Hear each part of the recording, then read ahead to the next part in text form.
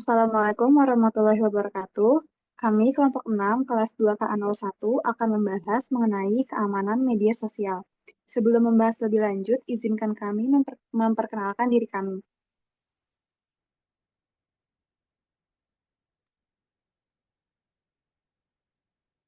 Yang pertama ada Angelina Wijaya, lalu ada Angguna Hayu, Fania Salsa Komara, Jessica Khaira, dan juga Keza Awalia. Pada kali ini, kami akan membahas mengenai latar belakang, ancaman umum di media sosial, contoh kasus nyata, dampak serangan, cara kerja serangan, serta proteksi yang dapat dilakukan.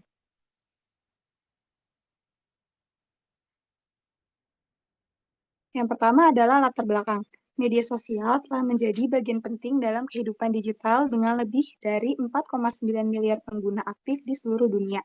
Selain untuk berkomunikasi, media sosial juga digunakan untuk berbagi informasi, berbisnis, dan bertransaksi sehingga menyimpan banyak data penting pengguna. Semakin tingginya penggunaan media sosial juga meningkatkan resiko kejahatan cyber. Serangan dapat menargetkan individu maupun perusahaan, sehingga keamanan akun menjadi hal yang penting untuk melindungi data dan mencegah penyalahgunaan. Selanjutnya ada ancaman di media sosial. Yang pertama ada phishing atau pesan atau tautan palsu, lalu ada cyberbullying, yaitu perundungan di media sosial, ada pembajakan akun, yaitu pengambil alihan akun oleh pihak lain, lalu ada penyadapan data atau sniffing, dia pencurian data melalui lalu lintas jaringan, lalu ada hoax dan disinformasi, yaitu penyebaran informasi palsu, dan terakhir ada fake account atau impersonation, yaitu akun palsu yang menyamar sebagai orang lain.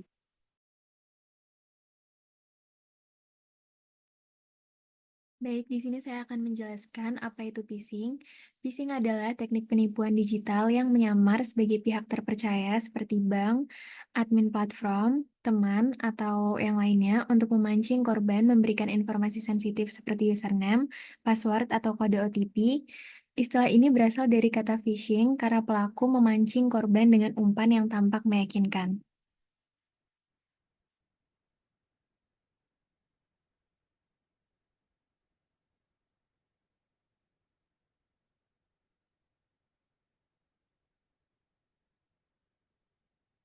Selanjutnya di sini ada social engineering. Social engineering adalah manipulasi psikologis agar korban secara sukarela membocorkan informasi rahasia atau melakukan tindakan yang merugikan dirinya sendiri tanpa perlu meretas sistem secara teknis. Phishing merupakan salah satu bentuk paling umum dari social engineering. Ciri-ciri umum pesan phishing ada yang pertama menciptakan rasa urgensi. Contohnya seperti akun Anda akan diblokir dalam 24 jam.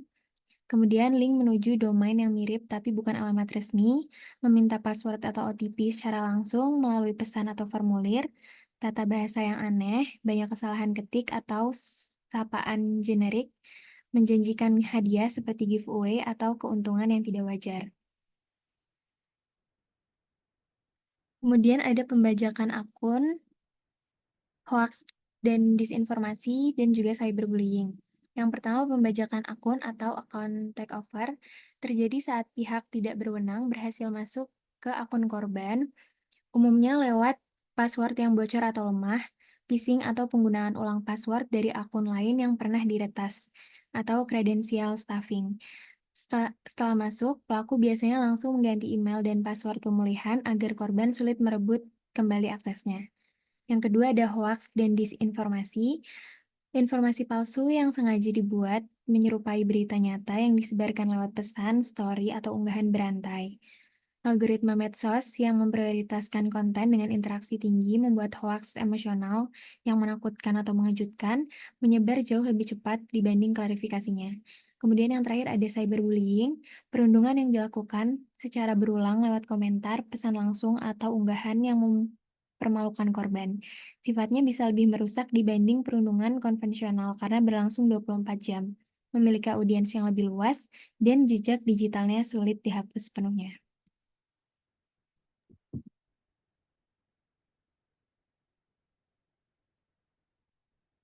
Selanjutnya ada studi kasus nyata. Di sini ada contoh insiden keamanan media sosial yang pernah terjadi. Yang pertama ada kebocoran data pengguna. Ratusan juta data pengguna sebuah platform medsos besar pernah bocor dan diperjualbelikan di forum peretas yang memuat nomor telepon dan email. Yang kedua ada pembajakan akun publik figur. Akun tokoh publik maupun brand resmi diretas untuk menyebarkan penipuan, seperti giveaway palsu atau promosi investasi bodong. Yang ketiga, penyebaran hoax massal, di mana informasi terkait isu sosial atau publik menyebar cepat lewat medsos dan memicu keresahan sebelum sempat klarifikasi.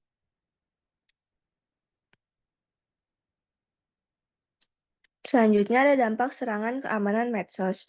Yang pertama yaitu bagi individu, kehilangan akses akun dan data pribadi. Yang kedua, kerusakan finansial seperti penipuan karena akun e-wallet yang terhubung. Yang ketiga, pencemaran nama baik akibat akun disalahgunakan. Dan yang terakhir, dampak psikologis dari cyberbullying atau doxing. Yang kedua yaitu bagi perusahaan atau organisasi, di mana rusaknya reputasi dan kepercayaan pelanggan. Yang kedua, kerugian finansial akibat penipuan mengatasnamakan brand. Yang ketiga, kebocoran data pelanggan yang berujung sanksi hukum. Dan yang terakhir, gangguan operasional kanal pemasaran dan layanan pelanggan.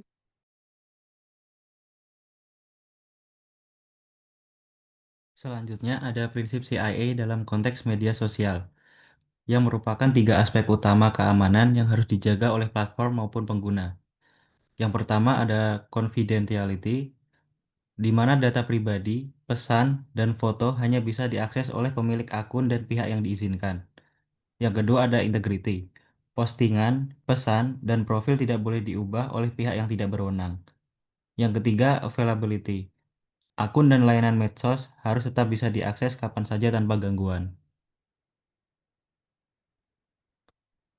Lalu penjelasan detail penerapan CIA di media sosial.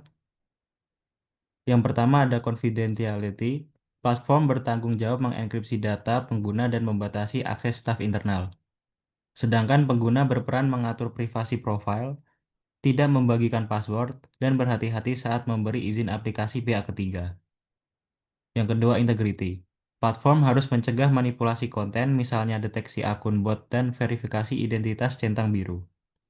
Sementara pengguna perlu segera melaporkan bila unggahan atau profilnya berubah tanpa sepengetahuannya sebagai tanda kemungkinan akun telah diretas. Yang ketiga, availability. Platform menjaga server dan infrastruktur agar layanan tidak down, misalnya melalui data center cadangan. Sedangkan pengguna sebaiknya mengaktifkan opsi pemulihan akun, entah itu email atau nomor cadangan, agar tetap bisa mengakses akun jika terjadi gangguan.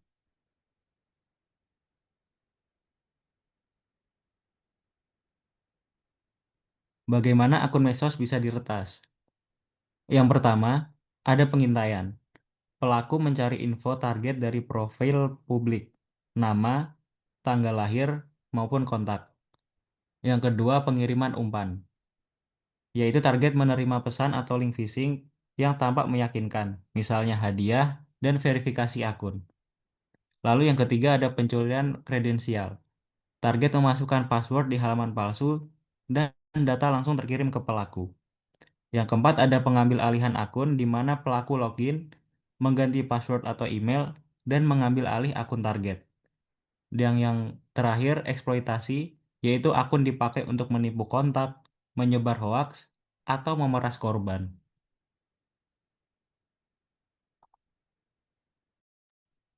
Tips melindungi akun media sosial. Yang pertama, gunakan password kuat dan unik, seperti kombinasi huruf besar dan kecil, angka, serta simbol. Jangan gunakan password yang sama di banyak akun. Yang kedua, perbarui perangkat lunak secara berkala. Update aplikasi dan OS untuk menutup celah keamanan yang sudah diketahui. Yang ketiga, waspada link dan pesan mencurigakan. Jangan klik link tak dikenal atau memasukkan data login di halaman yang meragukan. Yang keempat, aktifkan 2FA atau verifikasi 2 langkah. Tambahkan kode OTP atau membuat akun tetap aman walau password bocor. Yang kelima, hindari Wi-Fi publik untuk login. Gunakan VPN atau jaringan pribadi saat mengakses akun penting. Yang keenam, atur privasi profil. Batasi siapa saja yang bisa melihat data pribadi dan aktivitas di profil. Apa itu autentikasi dua faktor? Autentikasi dua faktor adalah lapisan keamanan yang mewajibkan dua bukti identitas saat login.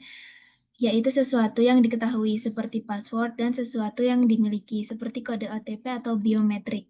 Dengan cara ini, akun tetap aman meskipun password bocor, karena pelaku tetap memerlukan faktor kedua untuk mengaksesnya. Jenis autentikasi dua faktor yang umum, yang pertama kode OTP lewat SMS atau email, 2 aplikasi autentikator, 3 notifikasi push untuk konfirmasi login, dan keempat biometrik.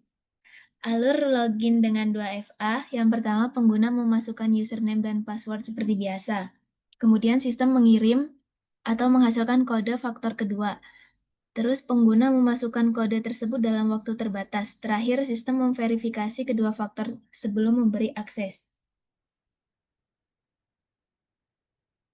Kesimpulannya, media sosial adalah tempat menyimpan data yang berharga sehingga menjadi target utama kejahatan siber, mulai dari phishing hingga pembajakan akun. Ancaman ini berdampak nyata baik secara finansial, reputasi, maupun psikologis bagi individu maupun organisasi. Menjaga kerahasiaan, integritas, dan ketersediaan akun adalah tanggung jawab bersama antara platform dan pengguna. Kesadaran dan kebiasaan digital yang baik dengan menggunakan password kuat, autentikasi dua faktor, dan kehati-hatian adalah pertahanan pertama yang paling efektif. Sekian presentasi dari kelompok kami. Kami berharap materi ini dapat dipahami dengan baik. Mohon maaf jika ada kesalahan. Terima kasih.